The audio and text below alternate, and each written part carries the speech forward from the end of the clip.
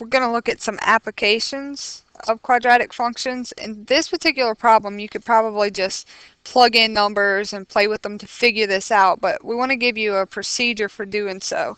And we've been talking about quadratic functions and finding max and mins using the vertex and determining whether it opens up and down. So we want to use some of the stuff that we've talked about previously. So the first thing is we see a pair of numbers whose sum is 16. A pair of numbers whose sum is 16, okay, and whose product is as large as possible. So ultimately we want to know max product. So we're just going to label some of the important parts. The ultimate answer is we want to know the product. So the product is equal to some number x times some number y. We'll just let that be our first statement. How would I represent this? Sum of two numbers. I told you our two numbers are x and y. X plus y, the sum of two numbers, equals 16. Good. Now, we want to solve this thing for y.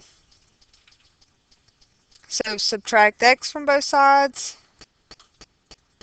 Y equals negative x plus 16. Okay.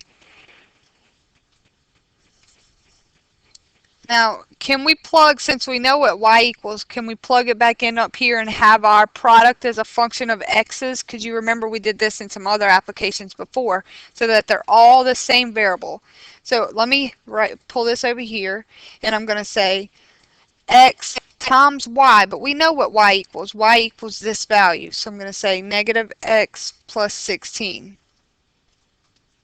Negative x squared plus 16x. Now, what does this look like? Negative x squared plus 16x. It's just missing a c term, but it's a quadratic. Can you give me a vertex? Not yet, but we have a formula for it, right? Negative b over 2a.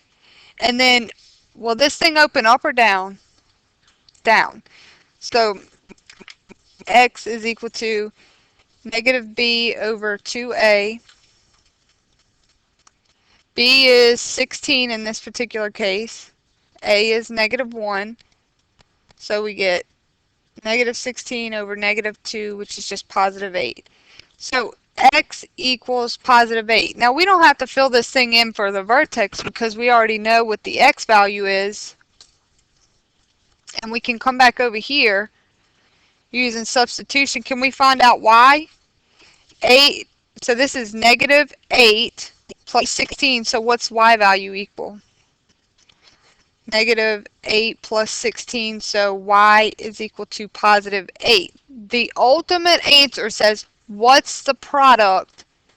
Max product. So we maximized it by doing this, and then we have 8 times 8 is 64. So the max product is x was 8, y is 8, max product is 64.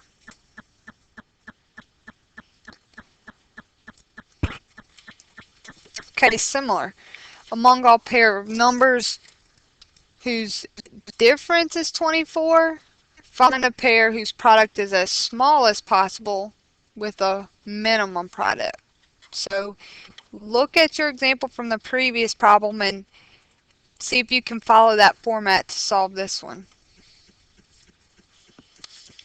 Okay, so we're going to have some equations. So first of all, minimum product. So basically we're going to have a product of two numbers that we don't know. And this time we're given that the difference is 24. So that's going to be characterized by x minus y is equal to 24. Now let's solve this thing for y. So you get negative y is equal to subtract an x from both sides. Gives us this, and then we want to divide everything through by a negative 1.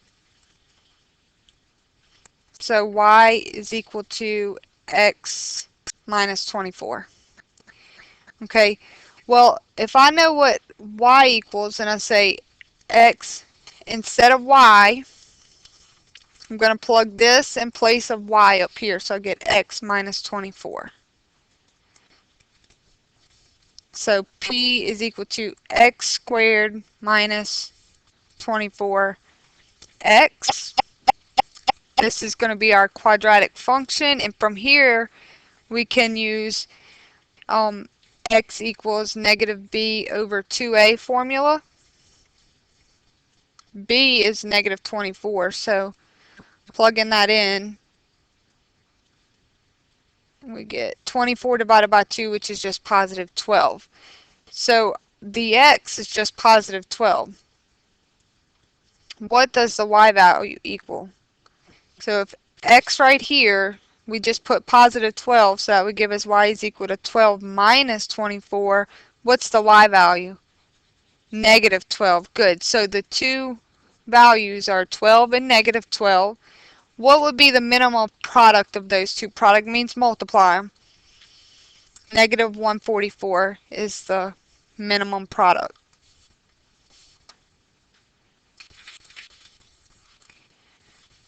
We have 50 yards of fencing to enclose a rectangular region. So we have some rectangular region, we have 50 yards of fencing, but that 50 yards goes all the way around, which is going to be the perimeter. Find the dimensions that maximize area. So first of all, area. Area is what?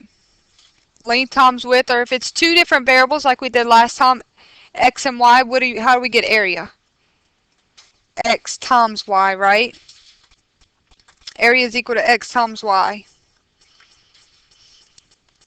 But the only information they gave me was more so perimeter. What's the formula for perimeter?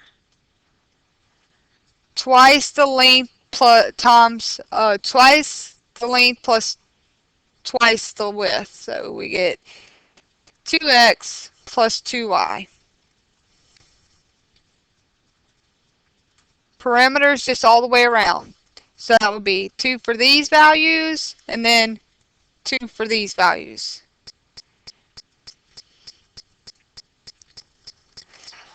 I want to get x and y by itself. So first, we know what the perimeter is. What's the perimeter? 50. Good. They gave us 50. And we're solving for y. Okay, so if I want to get y by itself, I'm going to subtract 2x.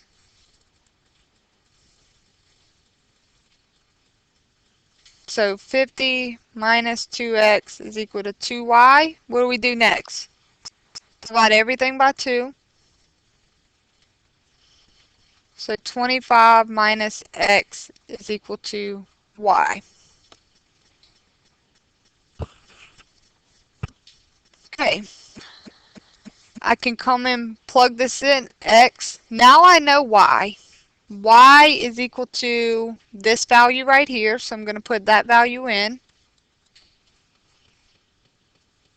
And now I'll multiply that out, and I'm going to get the area is equal to 25x minus x squared. Now, that's a quadratic. Is it in the correct order? No, so if it helped you to rearrange this, then you may want to take an extra step and do this so you can determine x is equal to negative b over 2a. Our b in this case is 25, so it's negative 25 over 2 times negative 1. It's just going to be 25 over 2.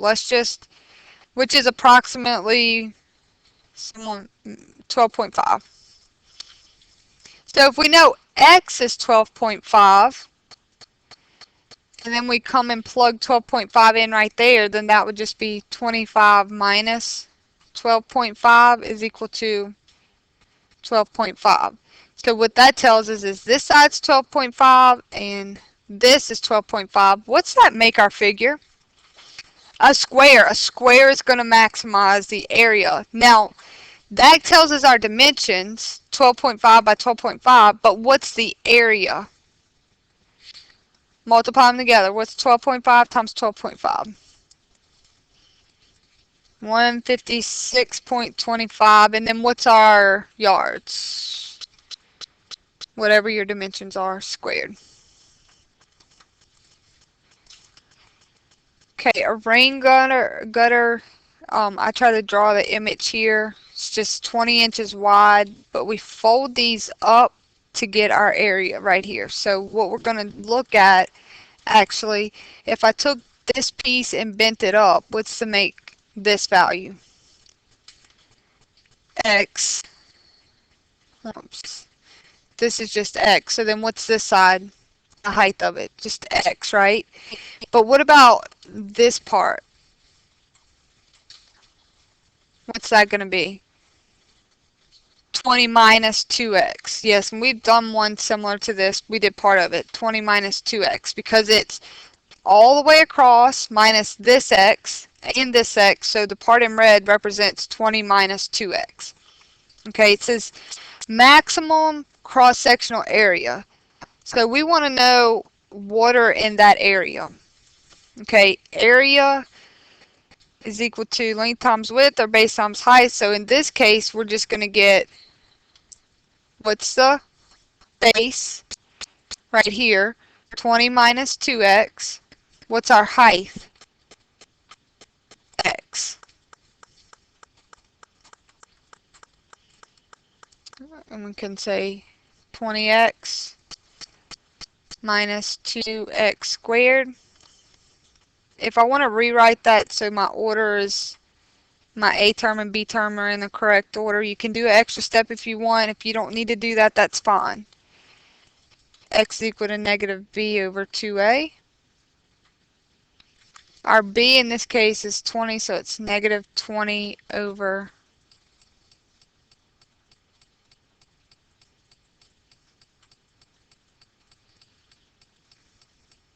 So if X is 5,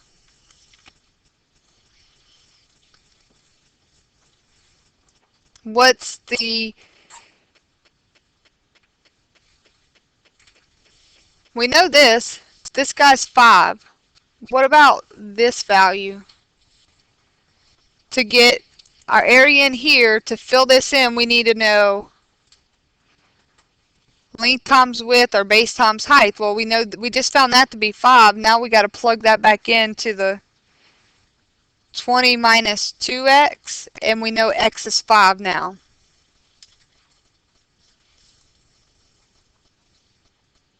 So on the bottom from here to here, it's going to be 10.